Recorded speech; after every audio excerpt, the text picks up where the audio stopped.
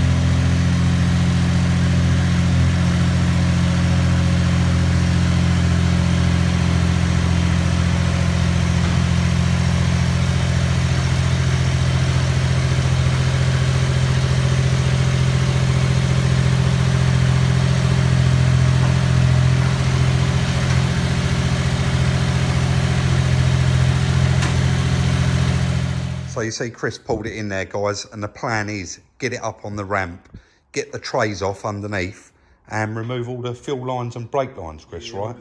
All of the suspension, bed, all of that stuff out of the way.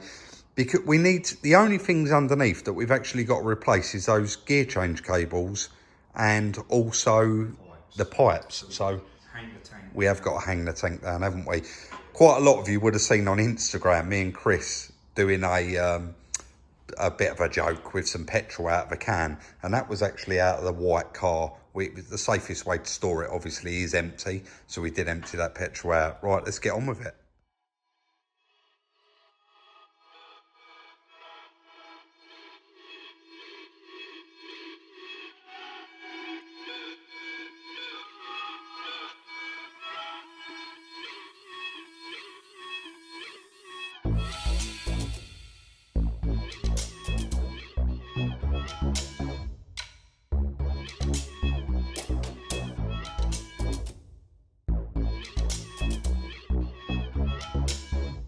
So that little bit of time lapse you just see Chris do there, guys, stripped the leg out and cleaned up all under the arch. It's going to be an exact repeat this side, so we're not actually going to film that one, are we? It is a bit of smoke, yeah.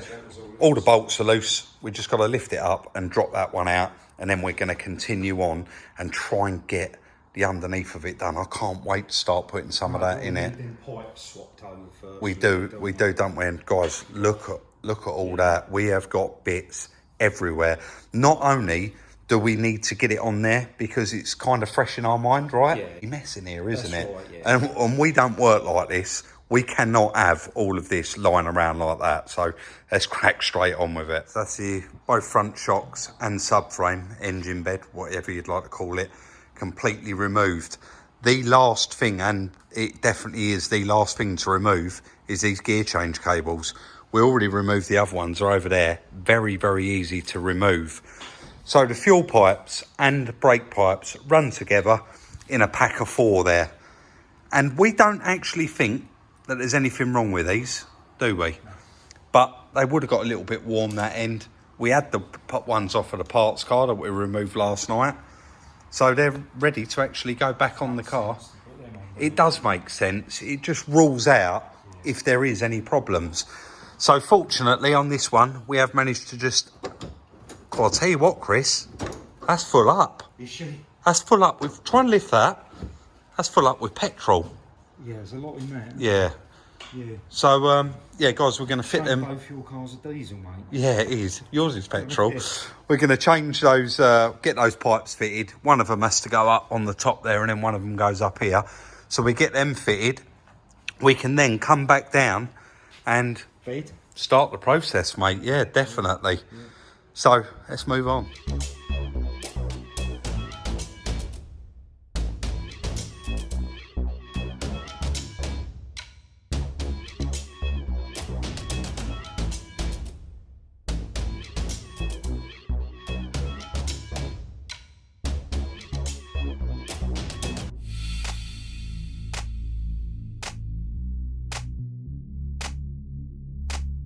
So we actually filmed that previous bit of time lapse earlier, guys. It was the white car, and what we have decided to do is use the engine bed out of that white car. I'll elaborate on that in a sec.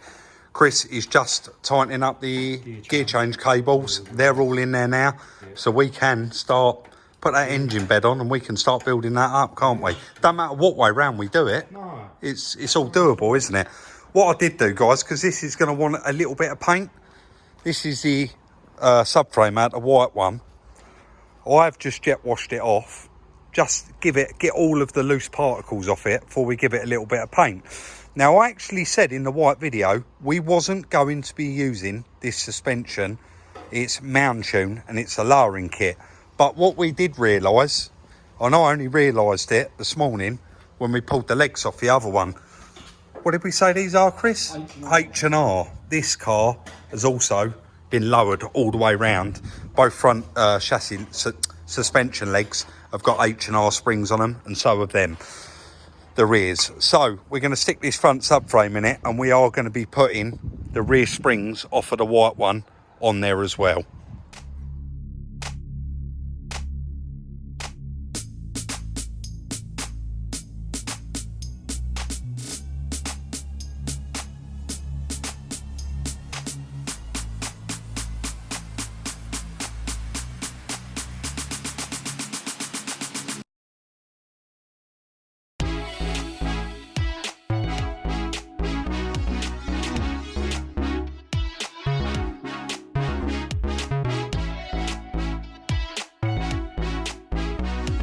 we had a bit of a choice there. It was either lay the subframe under it, bolt all the legs back in, or crack straight on with that. And we just couldn't wait to get some of that pile of stuff back on this car. We have still got a few more bits on there that we can get on, all the aircon side of it, but that does all connect up to the backing itself, and that's really what, yeah, it will be easier once that's in.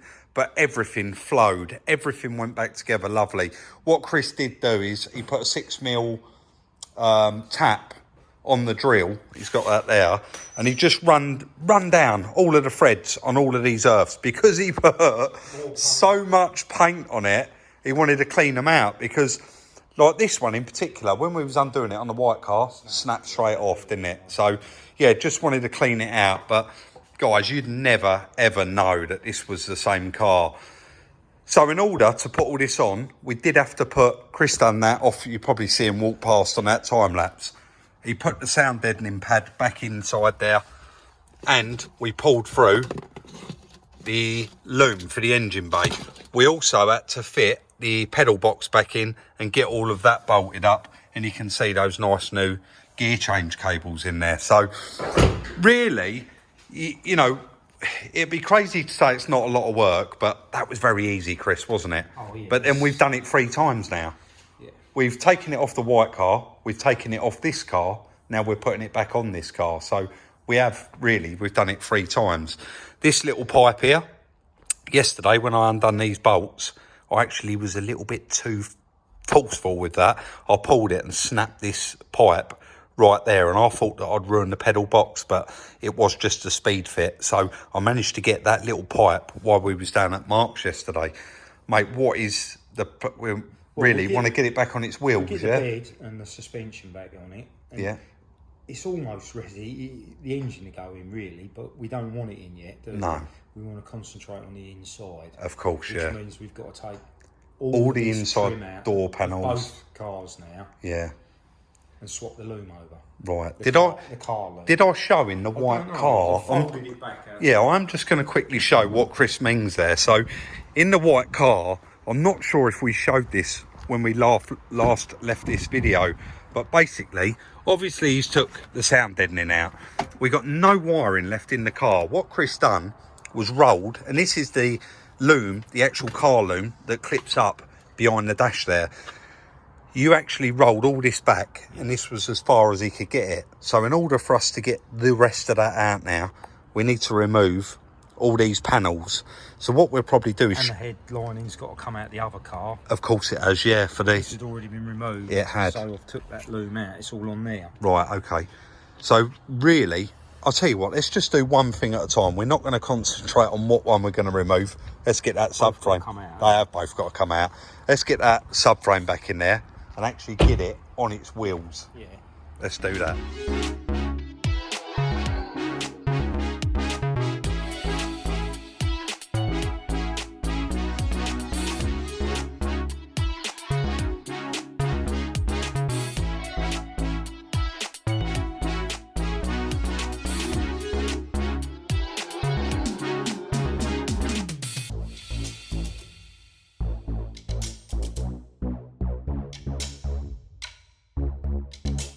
Guys, check this out. Dash back in. So there's actually 2 bolts for the dash back in. 1 bolt, 1 nut. You got 1 bolt goes through there. Sorry, 1 bolt goes through there, and the nut goes on that one there. We've got the rest of the wheel bolts and lockers. Belt cover, so the little black cover that goes down on the bottom of that chassis leg. What's that one there, Chris? Battery tray. 3 there, and scuttle panel. No more nuts and bolts. Check that out.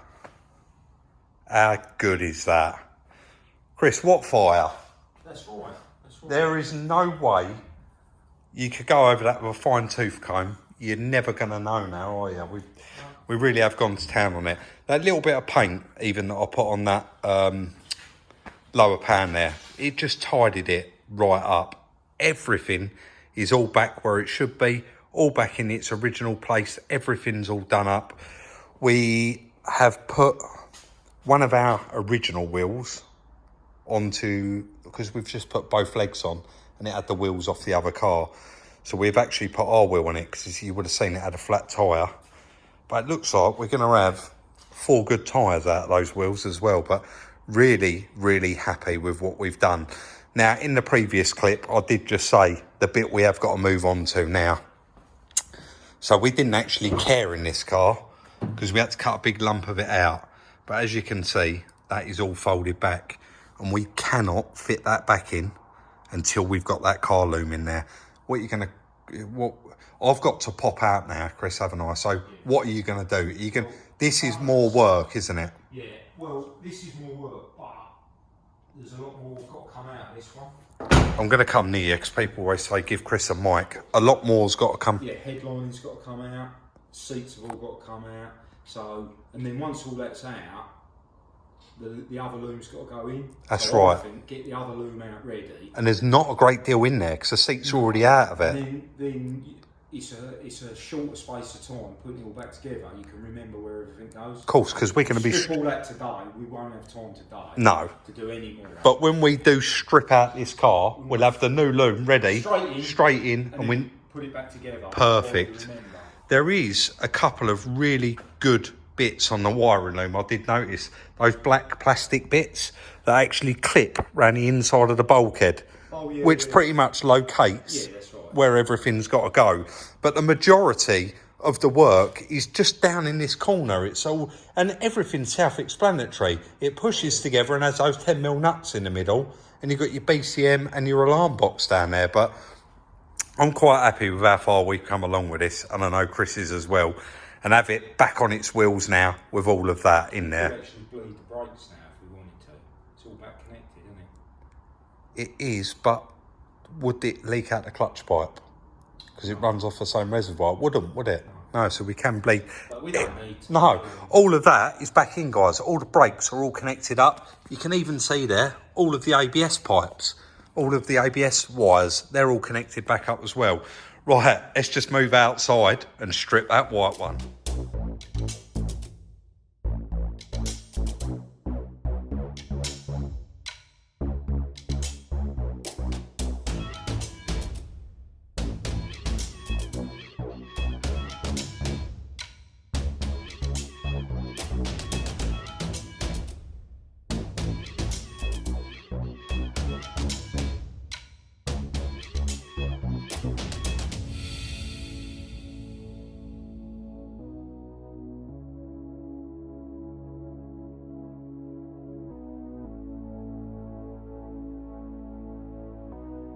Guys, I actually slipped off there and went on a little adventure to the barber shop because tomorrow I am back on a train on another adventure.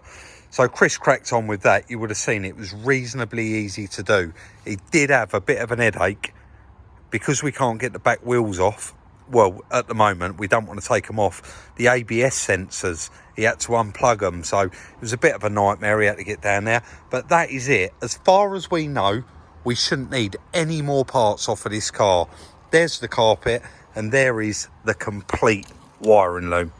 That is the in-car wiring loom. There's really not that much to it. So that's ready, really, to strip out. Let's walk back in. It's just a bit of repeat.